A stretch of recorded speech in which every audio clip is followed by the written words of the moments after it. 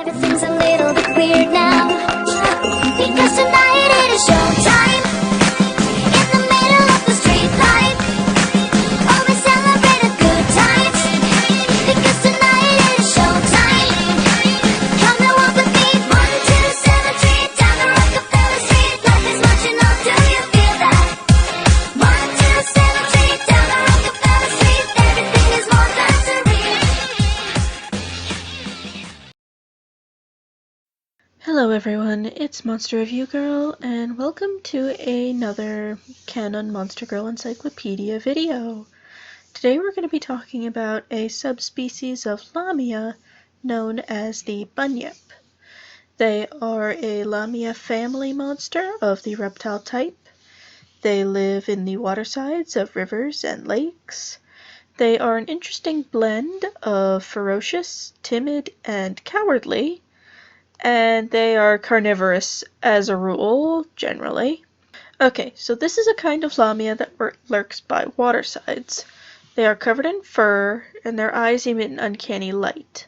That suggests to me some sort of, I can't pronounce it, but that weird light reflecty thing that all sort of cats and nocturnal predators have.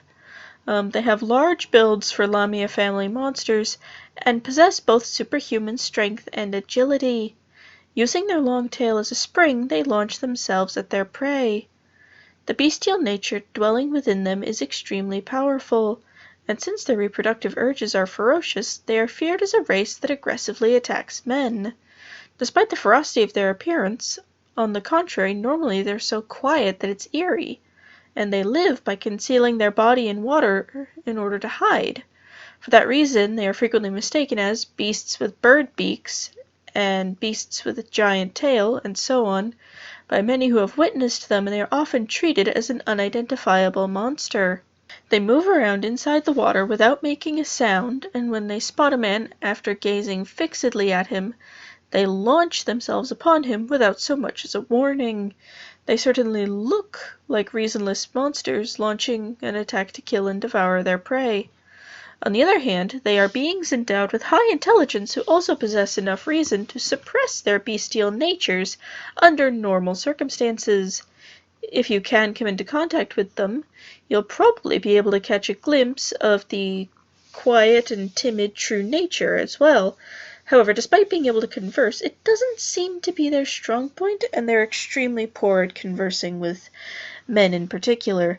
For example, even if they think they want to become intimate with a man, they can't express it with words, and their head kind of short circuits, so they become unable to speak properly. In other words, when they appear to be gazing fixedly at prey, it's actually that they're worrying about how to strike up a conversation with him, and the suddenly leaping upon him is the result of their own urges going out of control.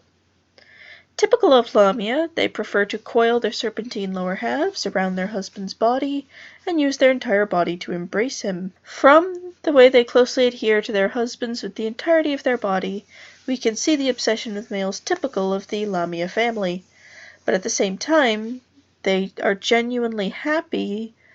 The seemingly genuine happiness they appear to exhibit as they draw their faces close to their husbands also makes them look like just a little girl hugging a precious stuffed toy and not wanting to let go.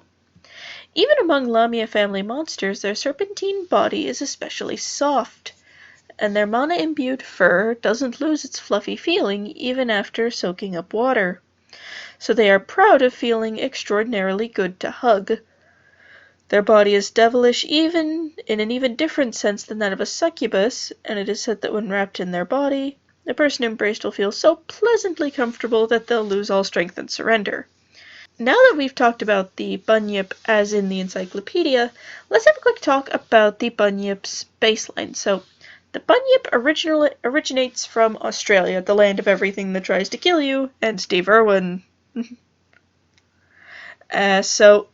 The Bunyip is a mythological creature from Australia that tends to dwell in waterways. Is a large mythological creature from Australian Aboriginal mythology, said to lurk in swamps, billabongs, creeks, riverbeds, and waterholes. It was part of traditional Aboriginal beliefs and stories throughout Australia, but its name varied according to tribal nomenclature or naming practices. Descriptions vary a lot. Let's see. Basically, bunyips are water beasties that occasionally want to eat people. I'm a little fuzzy about how they actually do.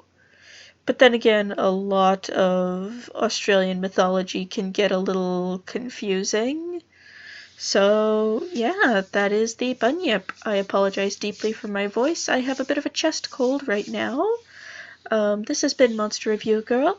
Thank you for watching. If you've liked this video, please subscribe and give it a thumbs up.